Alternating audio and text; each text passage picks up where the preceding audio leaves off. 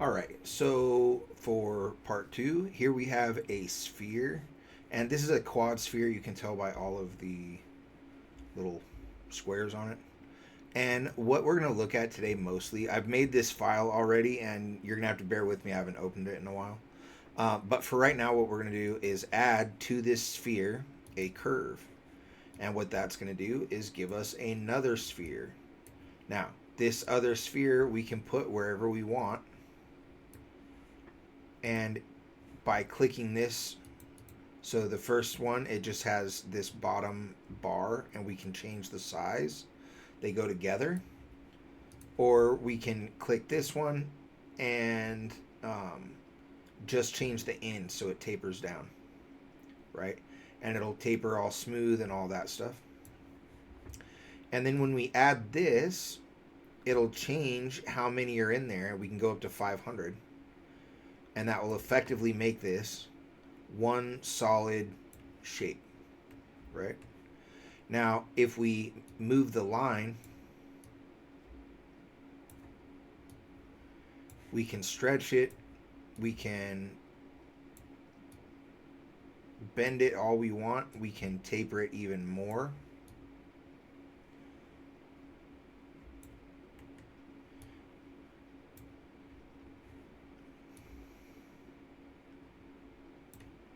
We can move it in space. Say we want this one way far down, we want this one way far up, and this one way far down.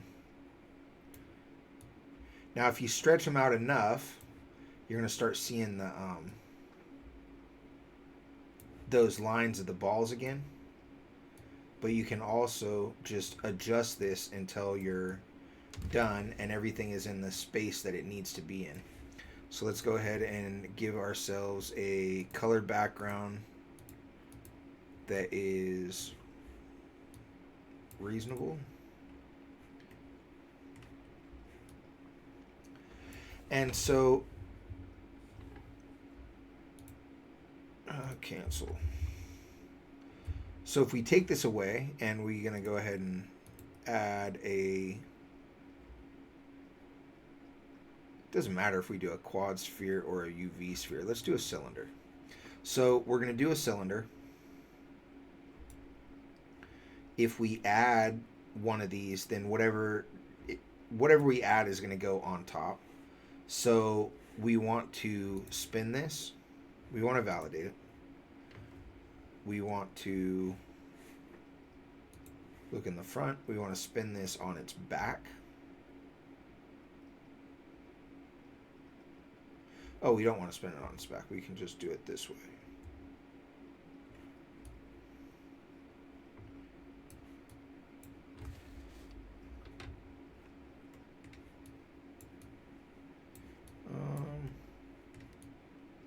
There we go, close enough. Make sure this is level. Doesn't look level, close enough. Maybe I'm drunk. We're gonna flatten this whole side.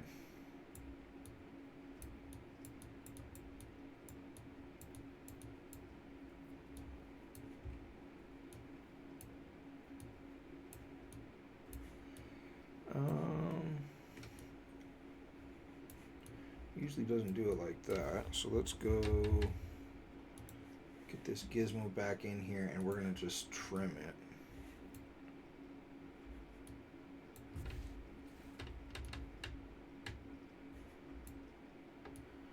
That'll do. Now we're gonna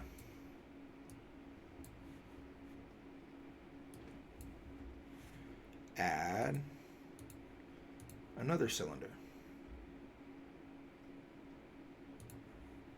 And this cylinder is going to be small. And we're going to use the gizmo.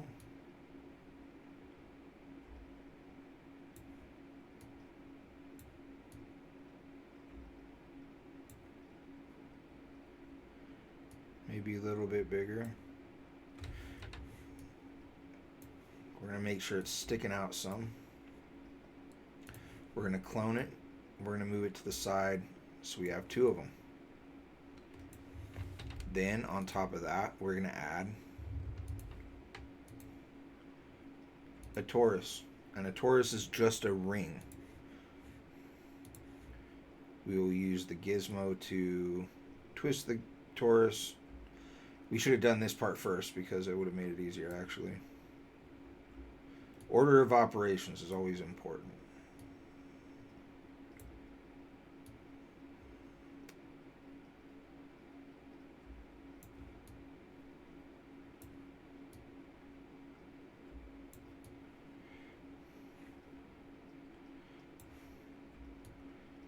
Don't want it twisted. Don't get it twisted. It looks like the bottom part is twisted a little bit under there also.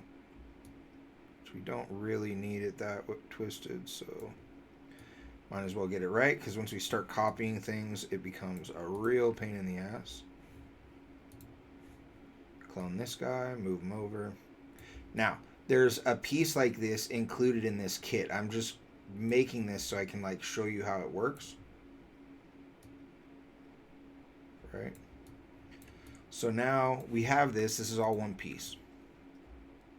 Let's go ahead and actually make it one piece. We're going to take this. Join them. We could even paint them right here if we want. So if we wanted to say, no, we don't want to do that. Yeah, here we go. So when you have a tool like this, you'll notice one side is always straight. So if you start at the bottom and then come across, that straight side will make all the difference at some point.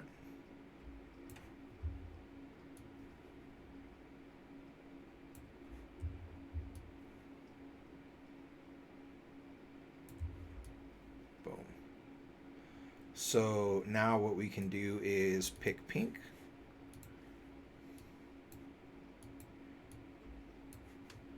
And maybe no metalness, no roughness. Little metalness. And paint all. Now this part that we masked off, oh, it did. So let's Control Z, BP, paint. I keep trying to use the tools from ZBrush.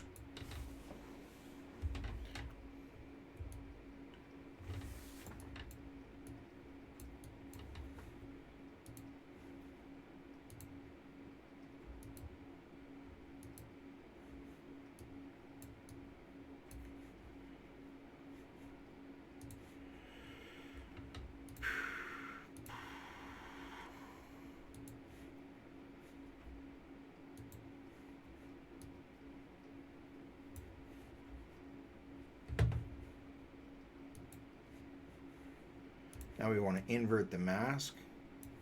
We'll go ahead and make this part bright orange.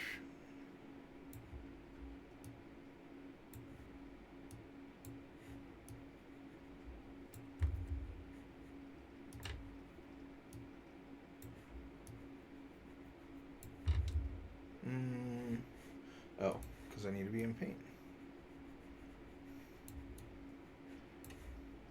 So now you have this all like painted, right? Now we're gonna go to the mask, clear the mask. We want to move the resolution up on this so we can just subdivide if we want. Actually, let's go ahead and not do that. Let's go ahead and go back to the original. And now what we're going to do is the same thing. We're just going to add to this cylinder shape a curve. And we're going to make that count a lot. We're going to bring it out.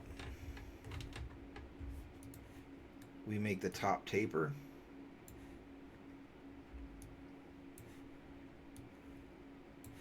And we can bring this count down until these are actually like separated. But we want the body part to go together, and we just don't want the tentacle parts to go together, right? So now we have this guy. Maybe that's too much of a taper, so we need more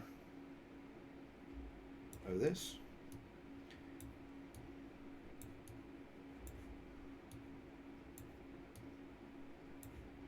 Maybe we need some more.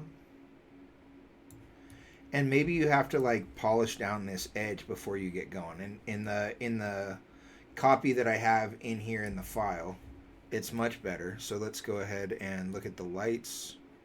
We're going to get rid of these lights. We're going to add this light because it's directional light.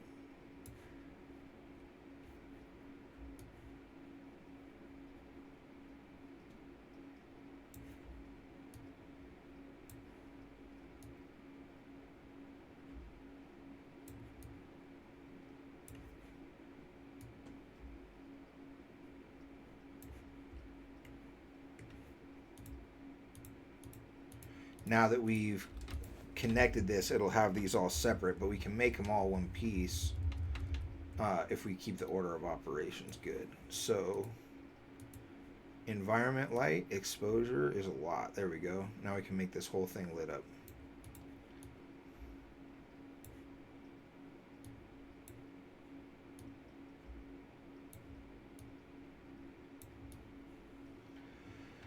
So you can make this quite anything.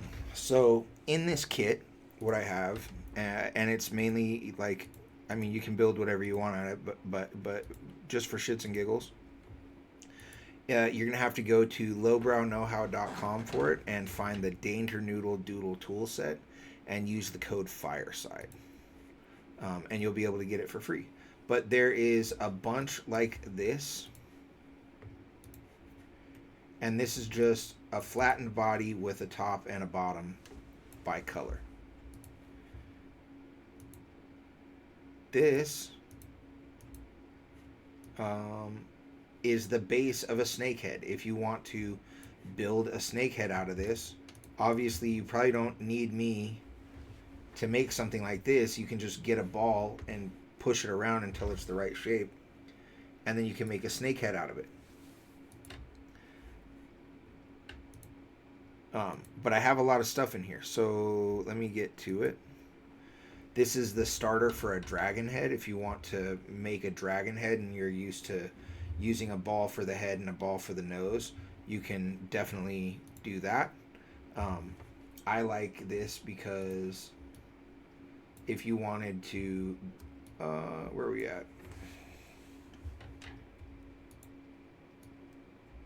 Give this guy a different mouth, or slant his nose back, or give him like bigger eyebrows, or push in his eye slots. You can do all that right here.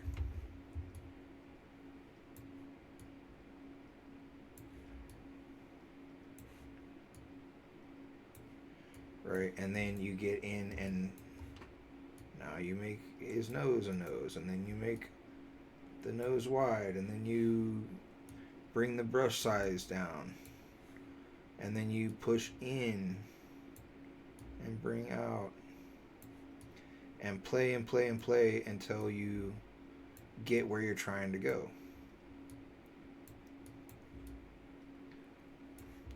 Now that might not look like much, but it is the base of this. Let me find it. Dragon claw, dragon body, snake something something. Let's see. This is the tentacle base. That pretty much just what I made a second ago. One scale. Now, the cool thing about the single scale, this is going to eat up your memory. So you can't do this a ton because it will it'll fuck you all up. So, but I can take this scale and I can add to it a radial. And now that is going to change how many there are. Once I know how many there should be, and I think in one of these what I've done is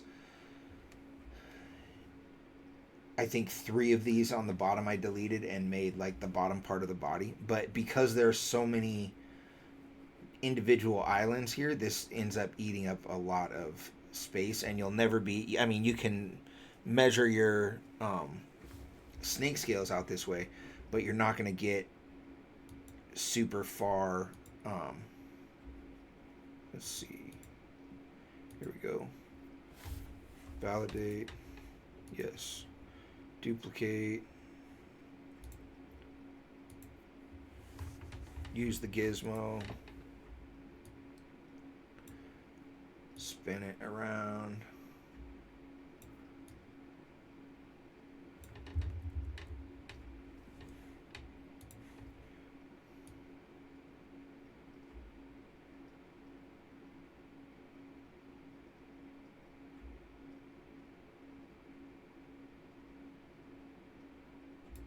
Boom. Looks about right. And now we clone it again. And spin it around. Actually, we don't need to do that. We need to take these two, join them, clone that, gizmo to move it, and then we have 4 of them, right? Now we're going to clone, join all that, and we add to that a curve. And it does the same thing, right? Where we can choose how far we want this, how many we want there to be, how much we want it to taper at the end.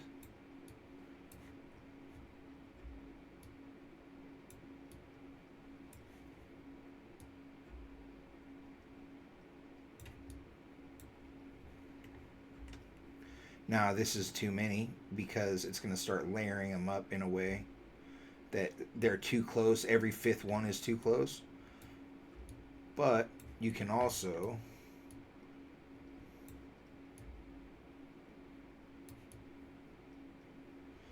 spin this around, and you know all those scales are in the right spot all the time. Now, you probably want to make one that's your own with your own style scales. You can see that this kind of gets a little weird in a couple places, and you can always warp that into place. But it might be worth it to try to just add a couple more.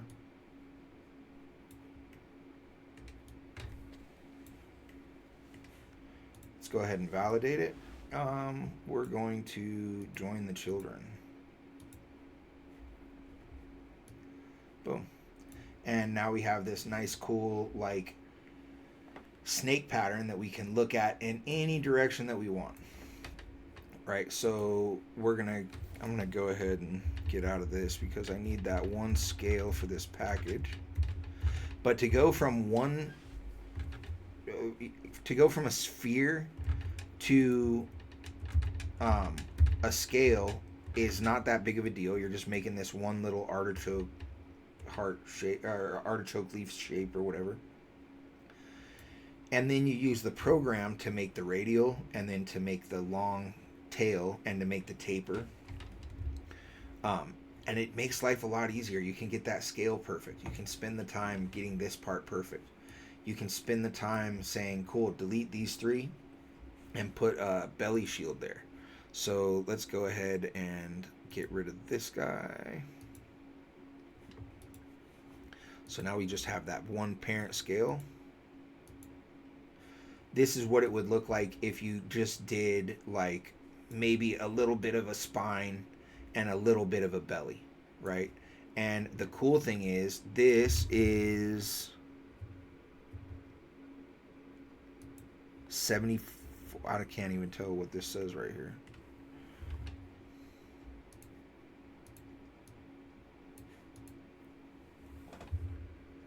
This says it's 74,000 polygons, which seems like a lot to me, but maybe because it's smooth. So does this have multi-res? No. So let's go ahead and add a curve. Back up, spread them out, taper this one down. Change the count.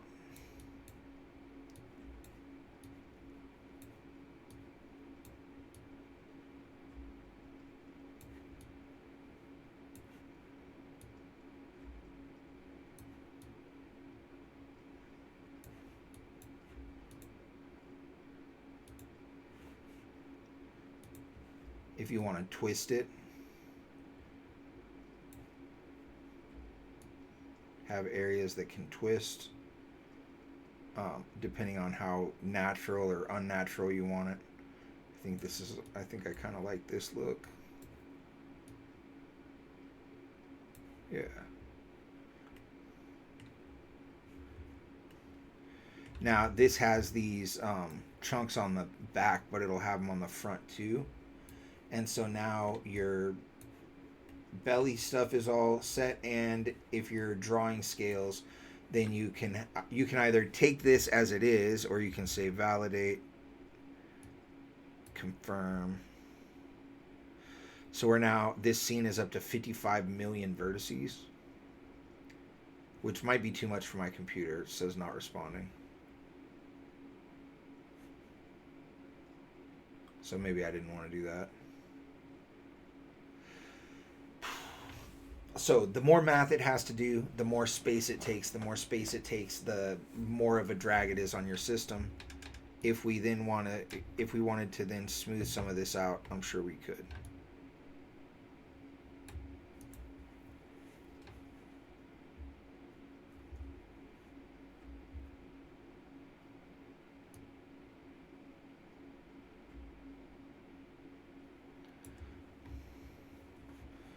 We can go ahead and Dynamesh this. Dyntopo it's called in here. It's made everything super sluggish, and it'll do that on your iPad too, depending on how much memory you have and what you use.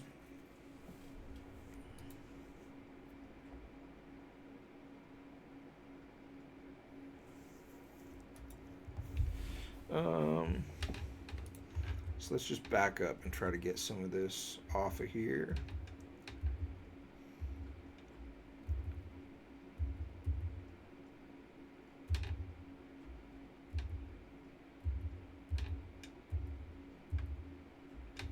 So this project on its own, without any of the extra stuff that I'm doing, already has 19 million polygons in it. So what it's probably a good idea to do if you're going to use any of this stuff is open it up and then copy the tool into a fresh scene, and then that way you don't need the if you're making a snake or a dragon, you don't need the octopus shit in there.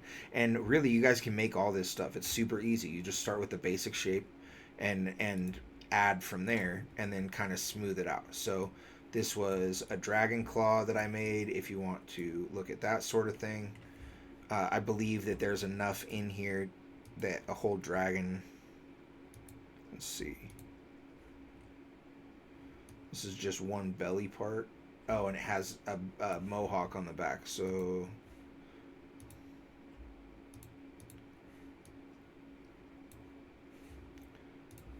Same thing. Add. Curve.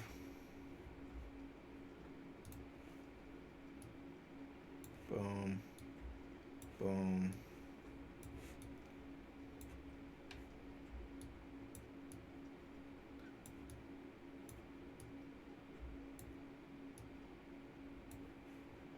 Add some twists. Now what's going to happen is if you click one of these buttons once, it allows you to change it in one spot. If you click them twice, it allows you to change it at the beginning and the end. If you click it 3 times, it'll give you multiple areas to change it across the whole model. So in this case, let's go ahead and make this longer. It'll spread all these guys out. And turn on the twist. Whoa, wrong one. We want this to be like this, and this to be like this.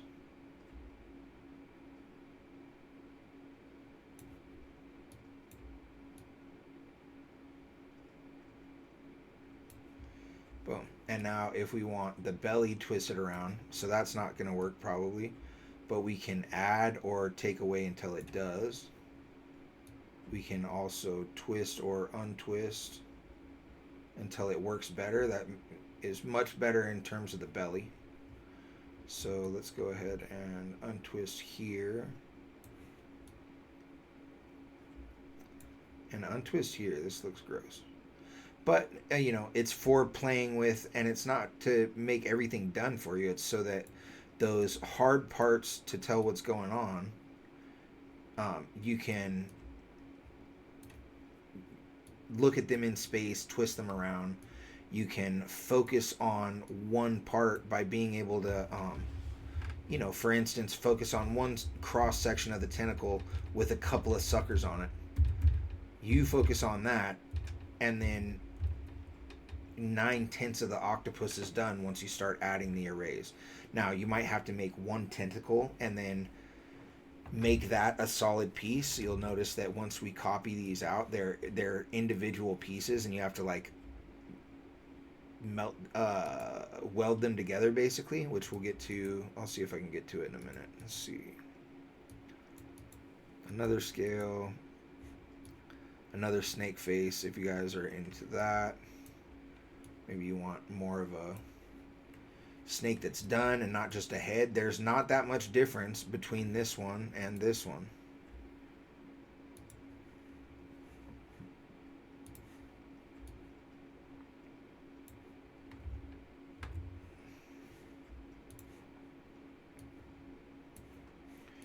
Why is there a ball with this?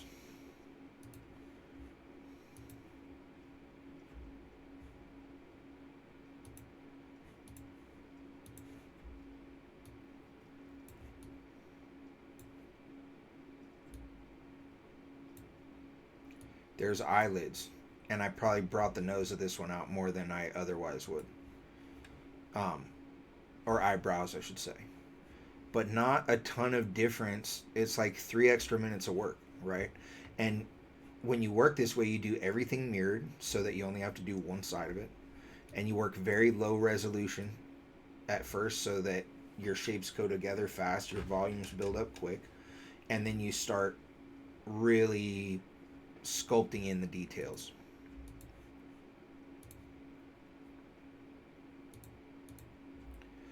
Here's another one that's just already done, ready to go. This one should be off. This light we can turn down.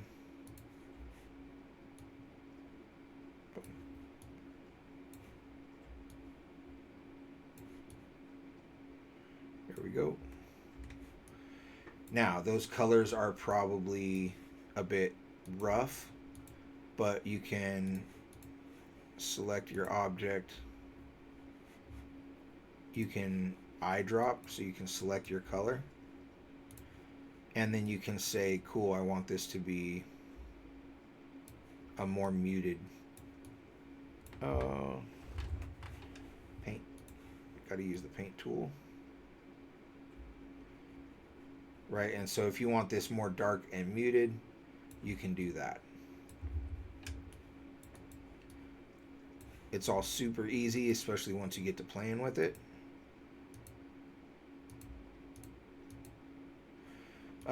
Here's a one step further in that dragon head. So let's go ahead and take a look.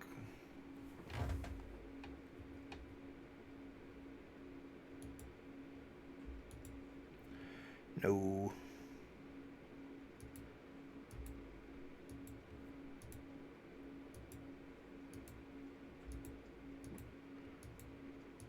There used to be a dragon head in here, right? Here you go.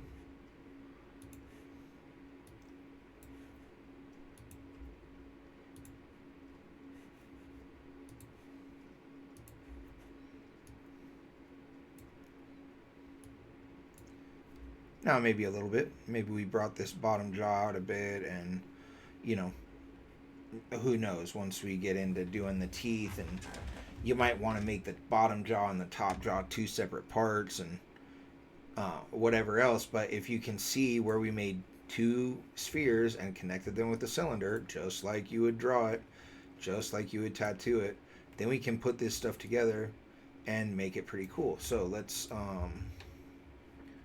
select this guy, and what we're going to do is paint.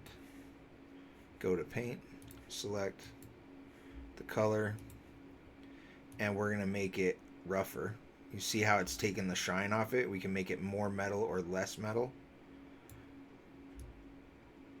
We can make it shiny, not shiny, rough, not rough.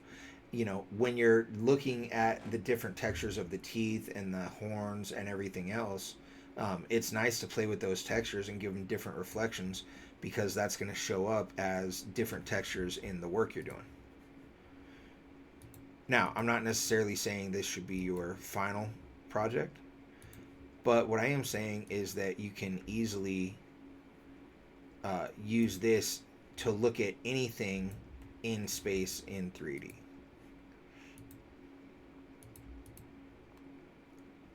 This was a part of the snake body with a belly rocker and then one of the heads, and I just kind of put them together. Nothing crazy, but if I were to go and draw this and try to measure out the scales from this, that would be pretty easy. And then, as we were looking at before, of course, we can just come in here, turn off our paint, turn on our matte cap, make that matte cap something like this.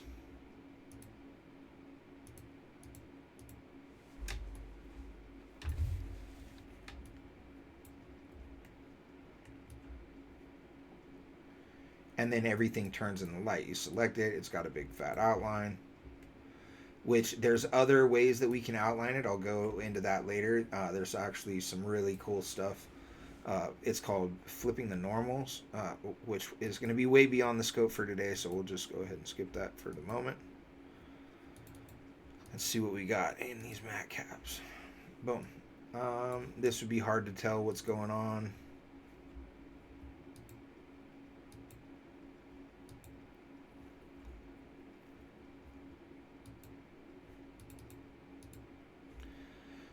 So these weren't in here a minute ago. These are matte caps I must have had in the project.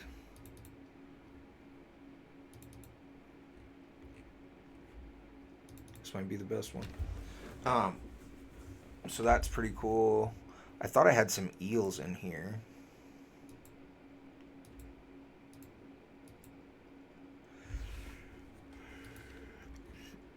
This is the body with the belly rocker. So let's go ahead and take a look at that with the paint on. Where are we at? Here we go. A little bit more realistic colors, huh? So I did the same thing with this, where I made the... Let's go ahead and do this.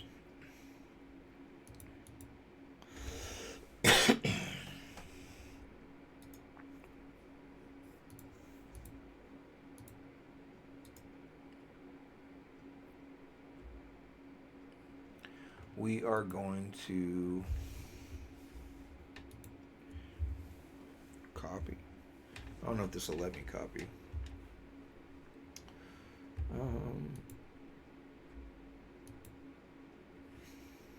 So I made one scale. I put the rotational, the radial symmetry thing on it. I squished it down so it was a little bit like a flattened oval, and then I put these belly rockers on it, and I just made one, and I overlapped it. Where are we at? This does not want to show me my shit. Okay. Well, if we go this way, there we go. Boom. Now we can see everything. So, same thing. But this is... I don't know how many pixels this one little model is, but I'm sure it's a lot. So we're going to go curve.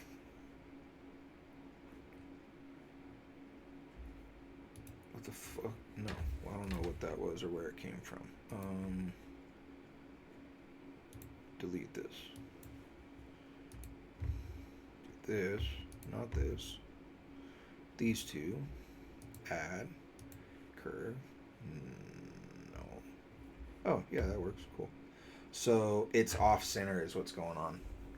So let's go ahead and just add these.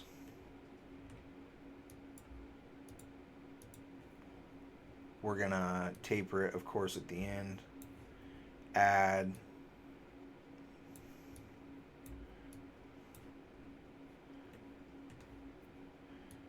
Add and take away till it looks right. So there's something wrong with how these are tapered because this doesn't look just right. But it should definitely be enough to play with and probably enough to kill your tablet. So,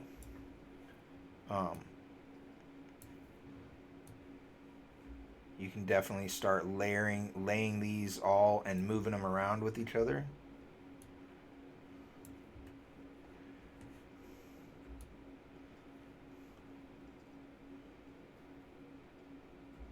Seeing how things look from the side. And of course, you don't have to do that. I think it's better to. I mean, me personally, I would just not do a snake with the scales. I would rather make like some cool pattern than do the scales, just because I think that a lot of that detail might get lost over time, especially the way that I work. So, this is all trying to help visualize things. So if you guys are into it, if you want to play with this, I will give you this kit for free, and you can just get in here and play with these things. I'm going to also talk to Jake and see if he'll let me give up these TV, and you guys can play with those. If not, blame it all on Jake, or maybe I didn't get around to it. Could be either one. So blame me, and then we'll go from there. So one other cool thing I wanted to show you guys is that if we go ahead and say we want a new scene, or we can open, no, I don't want that. We want to advanced, no, import, no, presets, cool. So we have all this stuff. So we have animation, generic, planar heads. Let's go ahead with the planar.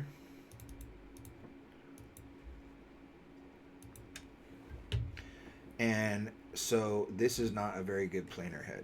This is a very low res head, but not very good planar. So maybe I'll make a planar model and give it to you guys. But the cool part about it is that as soon as you open one of these heads up, you can just add a light to it and change the lighting, and then rotate the head within the lighting however you want. If you want to change the resolution on this, you can subdivide it until it's smooth, and the light you can duplicate,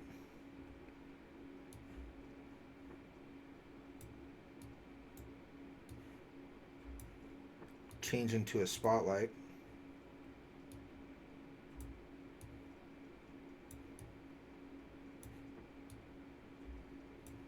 turn the intensity way up, but we don't want that.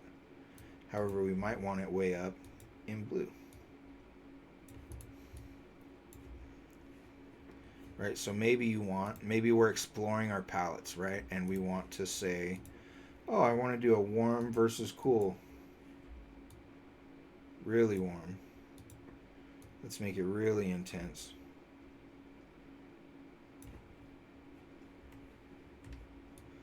Now, these are lit from different directions. So the lighting on one side of the face doesn't jive with the lighting on the other, giving it kind of like a more eerie quality. Now, what we might do is this one even more aggressively from the top down, and this one even more aggressively from the bottom up. It's actually pretty close to where I would like right now. Maybe something like this.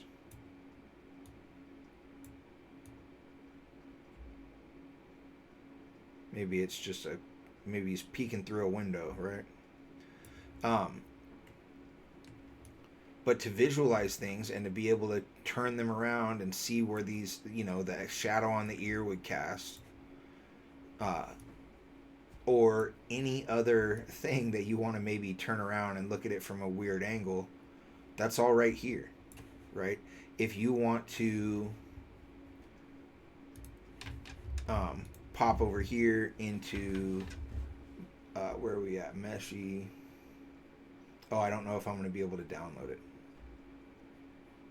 Where'd we go? My boy. Let's go to Meshy. Don't forget to pick up my how to fucking automate your tattoo business seminar. Let's go to Meshy.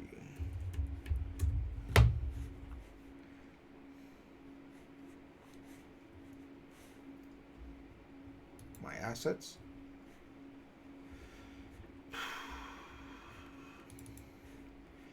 And if we wanted to put this lady out and then see what she looked like, I wonder if we can light it in here. I don't think that we can. Remesh, texture, light. Yeah, I don't think we have the option to light it in here. But I started with this image. I went to Pinterest probably. I got a bunch of geishas.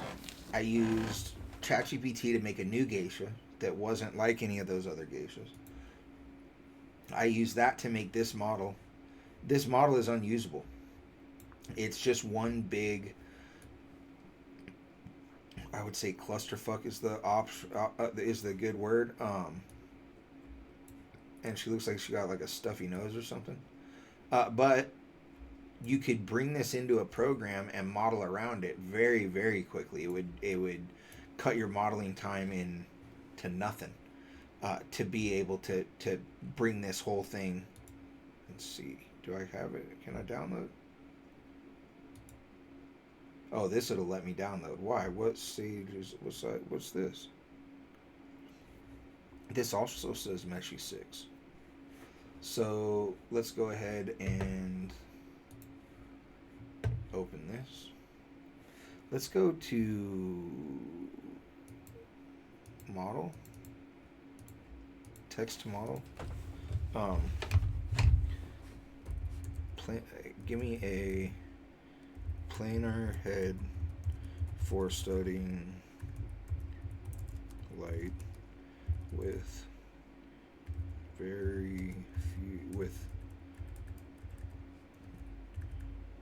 few if any details.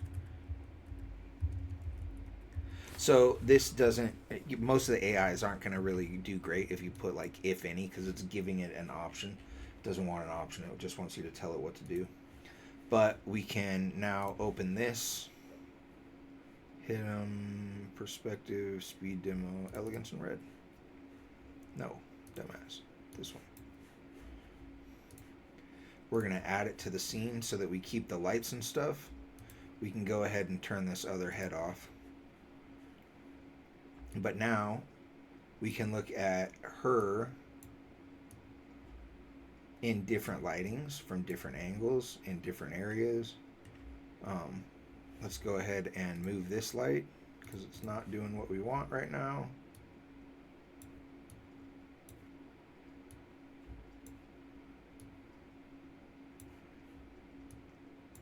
Turn the intensity up. There we go. Maybe move it out this way.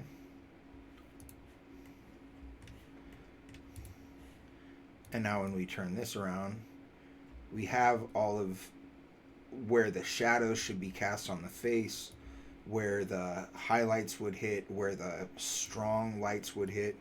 Now, you're going to probably want to make this not a clay, not like a random texture, right? You might want to get into the paint and say, cool, give me this something in matte with no highlights like that. I just want it real flat. You can do that. You can make it so it's super glossy. So let's go ahead and make it about right there. Paint all. Let's go ahead and make it lighter than that. Paint all. And so that'll change the color of the whole entire model, right?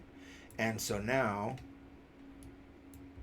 again, I probably wouldn't use her specifically, but we don't want symmetry on for this.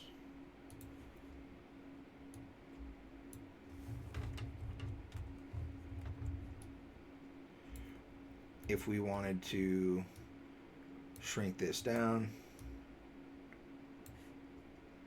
and pull out horns,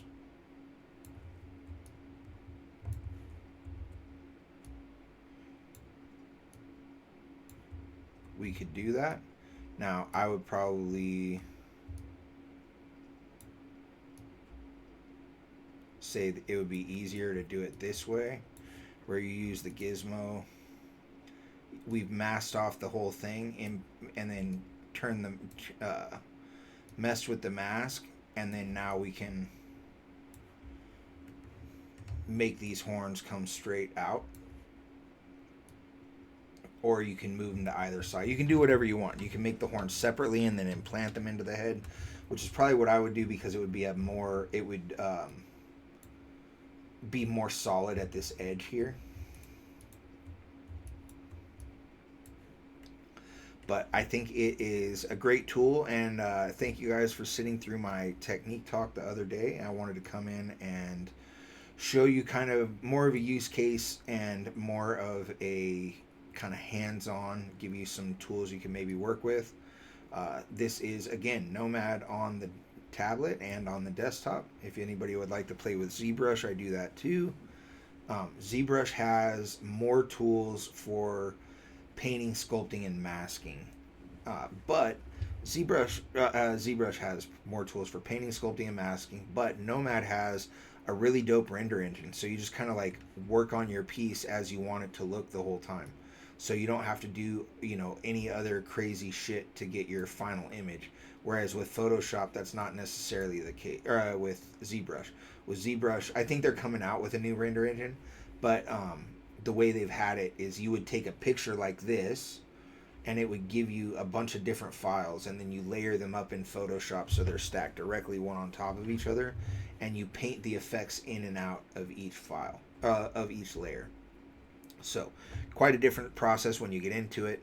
Each one of these programs is going to make something a little bit different at the end of the day, a different look at the end of the day. I use this one. It's called Marmoset Render for my rendering, and that's a different story for a different day. Very strong and powerful program.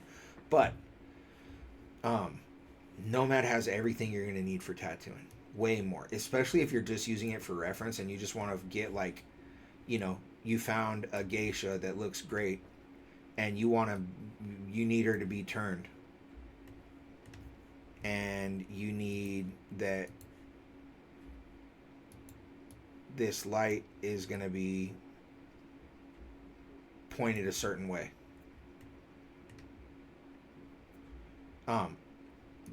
There's not really a better, I mean, I dig into image creation a lot, quite often, and there's not a better and more controlled way, even if you are using AI. If you can take this model and pose it exactly the way you want, and then have an AI render it, or if you can, or vice versa, right? If you're using these tools against each other to make the exact right image, now you have the girl in the place that looks perfect. Let's actually go ahead and check this out. Let's see. Let's go ahead and hit this button and this button.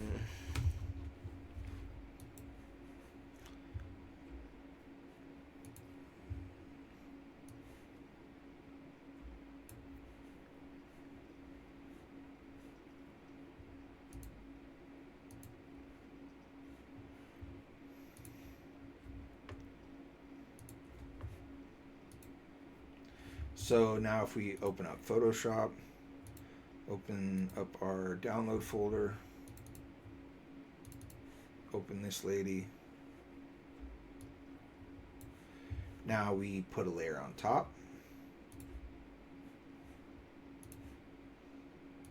Use a brush. We can actually paint a white layer on top and turn the opacity way down so we can't really see. Or, I mean, so we can really see. And then use a brush and something slightly cool. I don't know.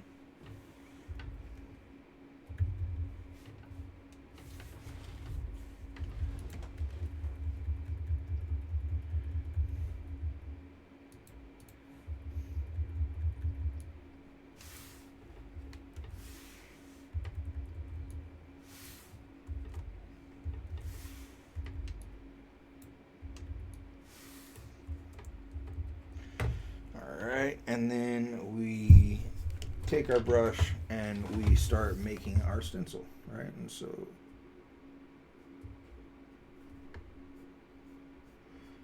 you still get to draw this.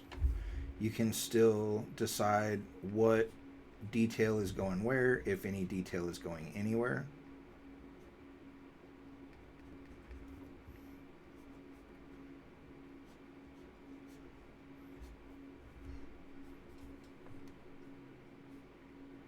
And if you want to idealize here, you still can.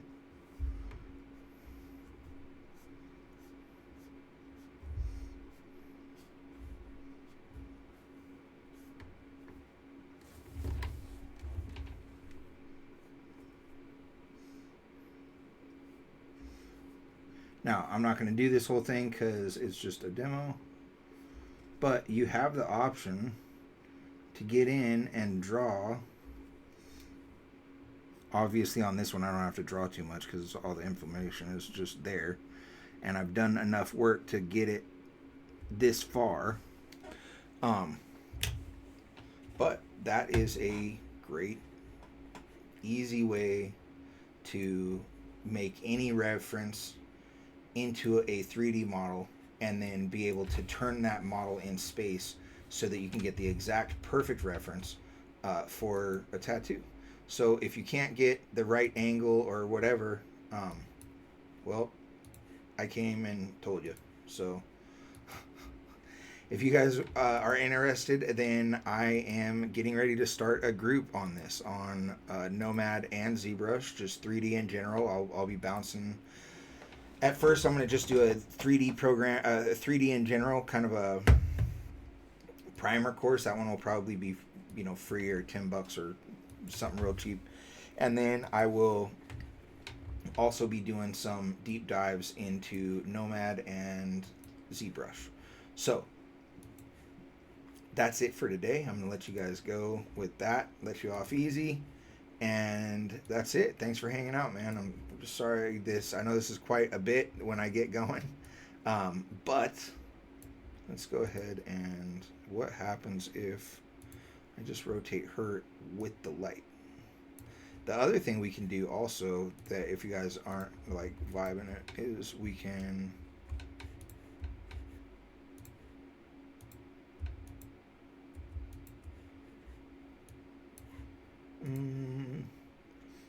pick the lights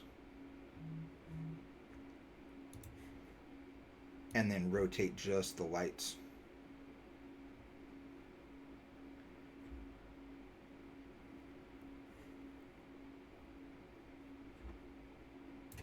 And I'm pretty sure, I don't know 100% because I've never really messed with it, but I'm pretty sure that we can import any 360 photo into the environment and make that our environment. So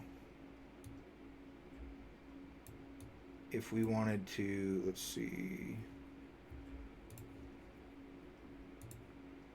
change this to the environment, change this to not blurry.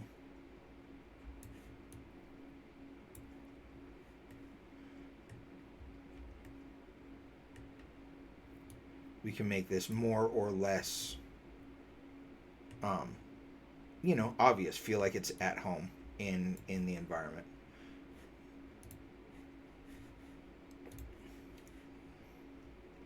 So that's it for this one, and I hope you guys learned something, and I'll see you on the next one.